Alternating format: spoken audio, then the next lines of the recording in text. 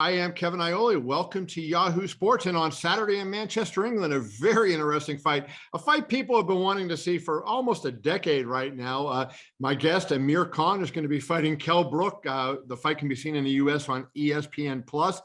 Amir, I know you haven't been ducking Kell Brook because you have fought everybody there is to fight. How come this fight hasn't happened before now? So basically, Kevin, the reason the fight didn't happen a couple of years ago is because I was campaigning in America. So I've had two American promoters since. I've had Al Heyman, and I spent a couple of years with him, and then Golden Boy, which I spent a lot more years with. And so I was always campaigning in America, fighting over there, fighting in these arenas. My dream was always to fight at the MGM and Mandalay Bay, Madison Square Garden, those locations. So obviously, I never really cared about taking a UK fight because I had my first 18, 19 fights over there. So I thought, let me now get that new fan base and go to America, because one thing about America is when you fight over there, you become that global star, and it's such a bigger place, and boxing's huge over there. So that's what I did, and that's why we just kept missing each other. Then I signed up with Eddie Hearn, and I thought that, you know what, this might be the chance now we get that fight done. Done a 3-fight deal with Eddie, 2 fights, Le Greco, then Vargas, and after Vargas, we were then in talks to do the Kell Brook fight. Bob Arum gets on the call and calls me to fight Terence Crawford. Now, Terence is pound for pound one of the best fighters in the world, and I'm not going to say no to that. Right, of course. Like, hell yeah, I'll take that fight. I mean, every fighter's dream is to fight for that pound for pound title. So I went with that fight. Obviously, that leaves Kell back on the bench again. Then obviously got beat by Terence, and then I went on to fighting Billy Dib, which was a fight in Saudi Arabia, which was the first fight over there. Now, obviously, having that COVID break, there's still a lot of talk about in the UK fighting Kell Brook. So I decided I sent my team to his team, because normally what would happen was Kell would say all sorts.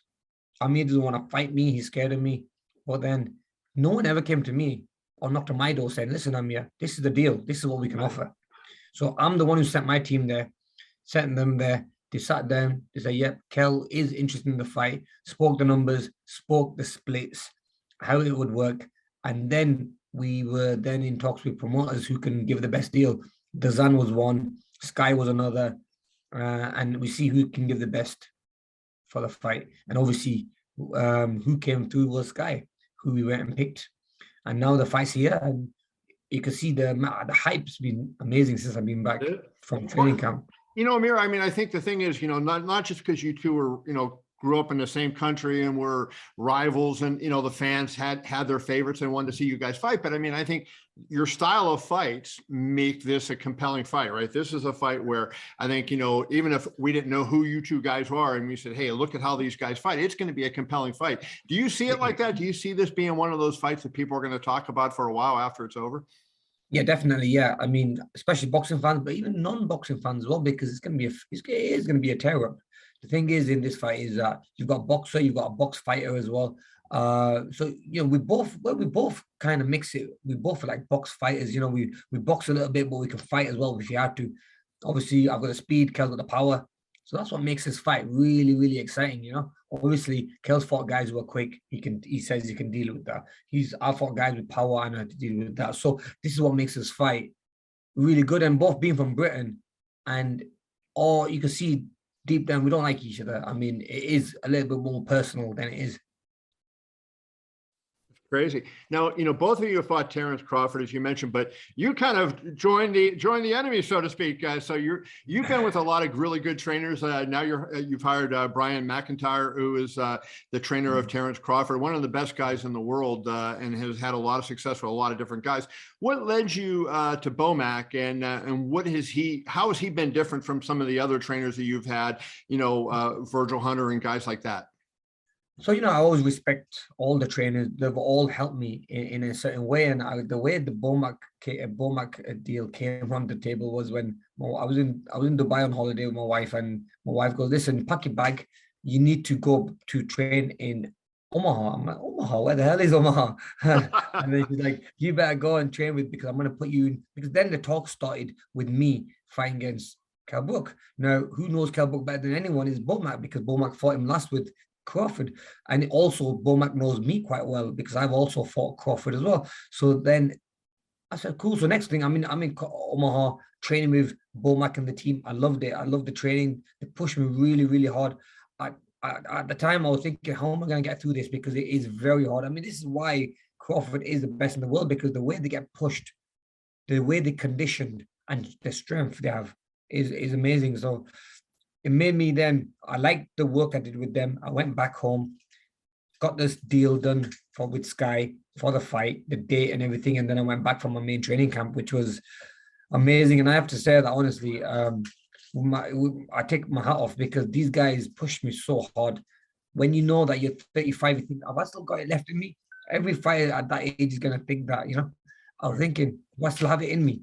But guess what? I was sparring young fighters. I was running with the young fighters. And I was outdoing them, outbeating them, outpunching them at 35. Whereas, so I think what they've done is they've worked that hard that I've kind of reversed the clock back to when I was back in the 20s. And I was going to ask you, you obviously had a knockout at Billy Dibb.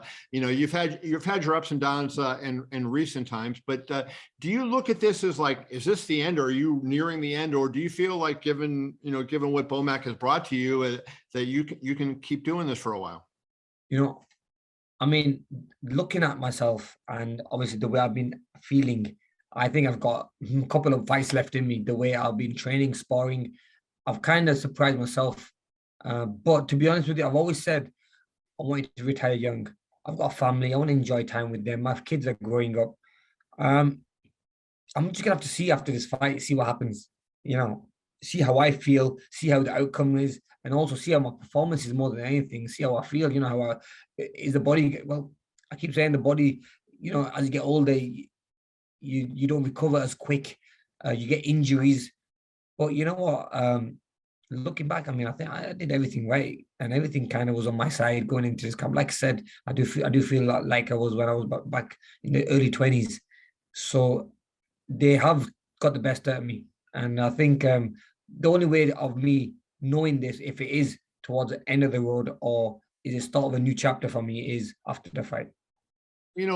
People look at that baby face of yours, Amir, and they don't realize that it's been 18 years since you fought in the Olympics. I mean, more than half your life you've been a professional boxer, which is pretty incredible. And yet you're still, as I mentioned before, you've had your bumps along the way, but you're still in pretty good shape, and you're not beaten up or anything. So how much do you want to do it? How much do you love it still? I mean, or is it just now, hey, you do it because it's nice to get those big checks? No, I think I do love it. That love's come back in the sport again.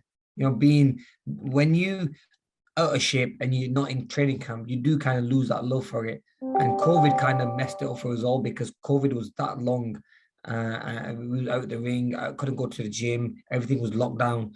Whereas when I got the chance to jump back into boxing again, openly go to the gyms and see other fighters there training, and it was the best feeling ever. Honestly, and that love came back again. I'm like, I want to do this again. Like now, I've done a whole camp, and I thought, how on earth did I manage to do that hard camp? I want to do it again. You know what I mean? I know, and that's what happened. That's the only thing. I need to know when to call it a day.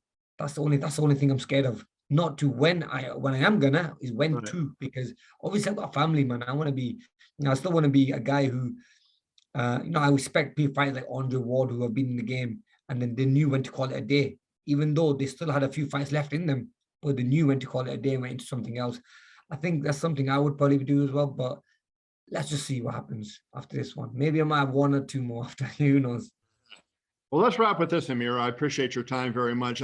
You're in a unique position to answer this question. I think that there's two guys that the world says is the best fighter in the world. Some people say Canelo, some people say Bud Crawford. You've been in there with both of them. And firsthand what it's like. What is the difference between them, and how do you rank them right now? I think what I do is when Canelo fights, I say, yeah, Canelo's the best in the world. When Bud fights, he's the best. How do you rank them, and how do you see the difference between them? Yeah. Both fighters are amazing. Honestly, both class fighters.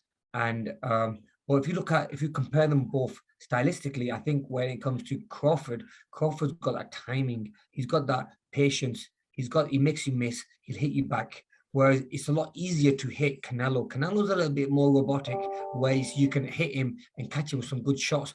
But whereas with Crawford, he was making me miss by inches and making me fall short, which was kind of frustrating me a little bit as well. And then I couldn't get to him, and he's countering me with shots, which were not really hurting me, but they were kind of just stopping me in my stance. And I'm like, okay, I want to go again. I want to, because what my aim was in that fight against Crawford was to outpunch him, but he wouldn't let me do that. Well, when I fought against Canelo, I was outpunching him. I was catching him with some good shots. So that's the difference between them. And I really think that pound for pound, number one has to be Terence. I think he's the most slick and skillful fighter. Whereas Canelo, when it comes to power and strength and digging deep, you know, he has to be good at that. So they're both different in their own ways. But like I say, if I had to pick one, it would definitely be Terence. Well, if I could pick one fight to see on Saturday, it's going to be Amir Khan versus Kell Brook in Manchester, England. Amir, wish you the best. Good luck. ESPN Plus in the United States. We will talk to you soon, champ. Good luck. Thank you. Take care, Kevin. See you soon.